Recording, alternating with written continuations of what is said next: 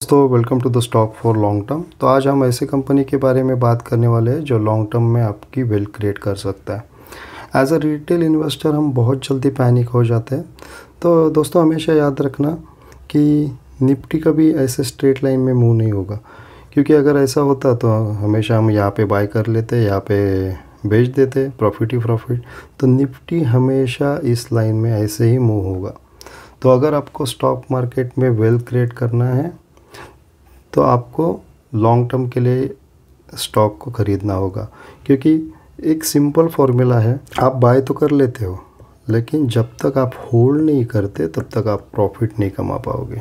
तो आज हम ऐसे ही स्टॉक के बारे में बात करने वाले हैं जो लॉन्ग टर्म में आपकी वेल्थ क्रिएट कर सकता है। तो चलो देखते हैं। वो कंपनी है एवेन्यू सुपरमार्ट यानी डी मार्ट। सो रामकिशन दमानी सर इसके फाउंडर है। तो हम लोग सभी जानते, कभी भी हम जाए डी मार्ट में देखो तो भीड़ ही भीड़ रहती है। तो अगर आपको इस कंपनी में कन्विक्शन है, आपको लगता है ये ग्रो कर सकती है, तो आप स्टडी पर्पस के लिए इसको स्टडी कर सकते हो।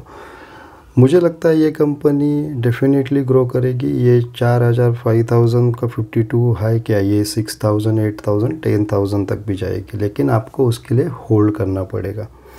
क्योंकि लॉन्ग टर्म का मतलब ये नहीं है कि हम 4 दिन के लिए होल्ड के हमको लाइक चाहिए नेक्स्ट हफ्ते मुझे बड़े रिटर्न मिलने चाहिए, ऐसा कभी नहीं होता। फॉर एग्ज़ाम्पल हम अगर एक आध पेड़ लगाते हैं तो हम 4 दिन के बाद फॉल एक्सपेक्ट तो नहीं करते, हमको वेट करना पड़ता है। तो लॉन्ग टर्म का आप 3 साल 5 साल का हॉरिजॉन्टल रख के अगर इन्वेस्ट करोगे तो मुझे लगता है ये कंपनी आपको अच्छे रिटर्न दे सकती है। तो कोई मतलब मैं कह रहा हूँ या कोई यूट्यूबर कह रहा है, इसके वजह से तुरंत स्टॉक कभी बाय नहीं करना चाहिए। मुझे लगता है आपको कंपनी का बिज़नेस मॉडल पता होना चाहिए। जब तक आपको बिज़नेस मॉडल नहीं पता, आप बैलेंस शीट चेक नहीं करोगे, तब तक आपको कंपनी पे ट्रस्ट भी नहीं आएगा। और ऐसे ब्लाइंडली कोई कह रहा है इसलिए कोई भी स्टॉक बाय मत करिए दोस्तों। तो चलो देखते हैं कि इसका balance sheet and other parameter कैसे है। 2.25 लाख करोड़ की मार्केट कैप है, फेस वैल्यू 10 की है, ROC 15.8, ROE 11.5। तो चलो देखते हैं कि टीम का profit and loss statement year to year कैसा है। नेट प्रॉफिट 60 से होके last to last year 1009, year to year ये इंक्रीज़ हो रहा है, that is good thing.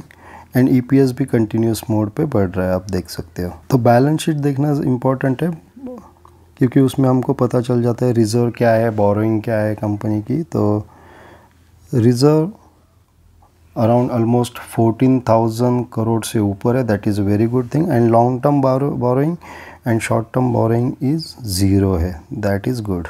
Share holding pattern कैसा है? शेयर होल्डिंग प्रमोटर के पास अराउंड 75% शेयर है, FII के पास 8.63 एंड DII के पास 7.1 एंड पब्लिक के पास 9.24 शेयर है। तो इस कंपनी में आप SIP मोड पे भी इन्वेस्टमेंट कर सकते हो।